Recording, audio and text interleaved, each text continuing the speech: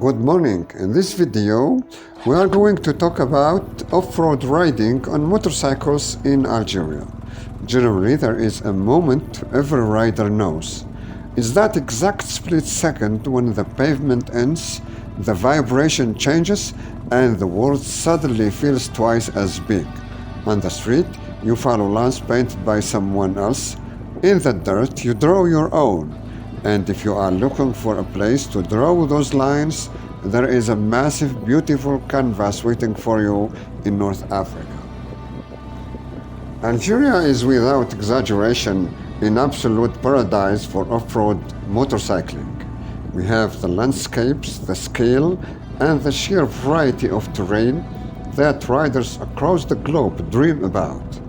From the rugged green tracks of the northern mountains to the sweeping dirt plateaus of the high plains, and finally the legendary hypnotic sands of the deep Sahara. It's a country built for adventure. But here is the catch. For everyone looking at a map from the outside, Algeria doesn't hand its adventure to you on a silver platter. For a foreigner coming to ride here, it isn't enough to just show up with a capable machine and a full tank of gas. You have to know the three golden pillars of Algerian riding: where to go, how to handle the environment, and when to make your move. Unlike standard adventure hubs, you won't find a website listing pre-mapped, color-coded off-road trails with ratings and signposts. There is no such thing here as a designated dirt park. If you want to ride off-road here, you have to embrace a different title. You aren't just a tourist on a motorcycle, you have to be pioneer. The rider stops near a traditional rural house or a small olive grove. A local farmer in traditional clothing approaches, smiling, shaking hands, and pointing toward a distant ridge. That's the common scene for a biker using a human GPS. Because there are no official trails, discovering the route is part of the sport. You look at the distant ridge, you spot a faint tractor line or a dirty riverbed, a wadi, and you go explore. Now, if you do this long enough, you will eventually find yourself riding through a landscape that feels a bit too personal. You might suddenly realize you have crossed an invisible boundary into someone's private land or a remote farming area.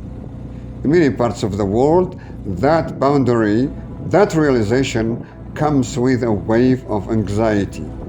You start looking around for no trespassing signs, worse, an angry landowner telling you to get off their property. But not here. You won't find those aggressive signs. And if you do accidentally wander into a private place, the reaction you will get is completely different. Instead of hostility, you will be met with legendary, unstoppable hospitality. The locals here are fiercely generous.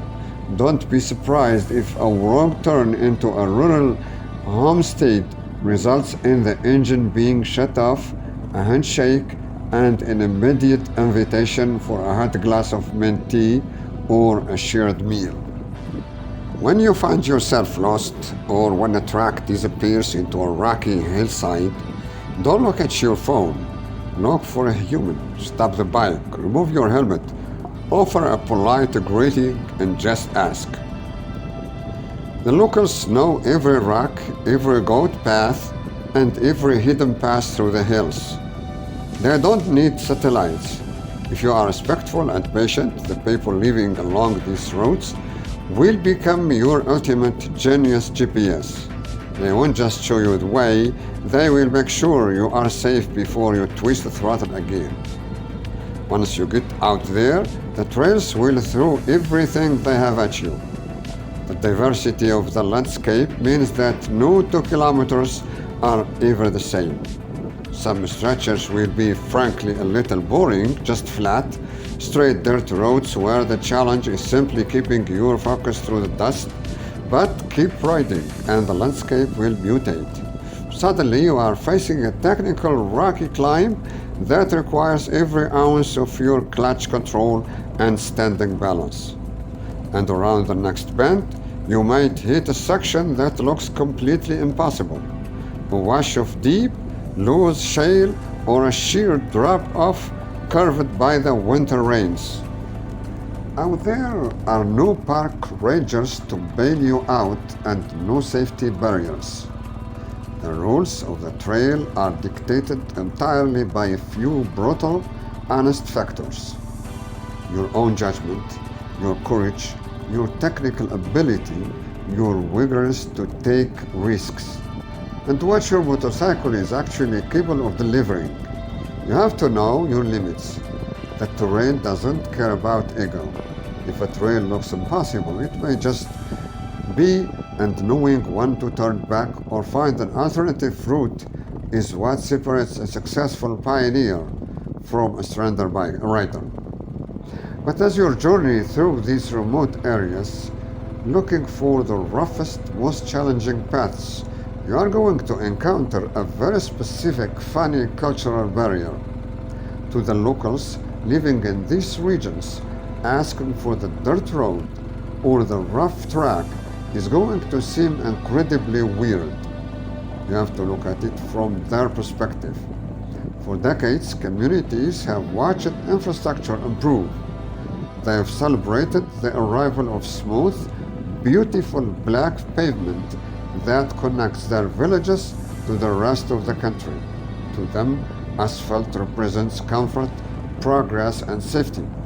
So when you roll into a village on a modern, expensive motorcycle, pass right by a perfectly smooth, newly paved highway, and eagerly ask where the old, broken, muddy tractor path is, they will look at you like you've lost your mind.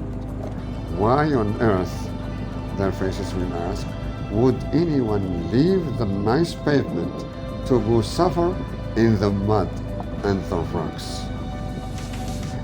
As a rider, you have to be patient. Expect the confused head scratches and the gentle laughter. Don't take it as a rejection. It's just a mismatch of goals. The best way to handle it is to smile, be patient, and explain that it's for training.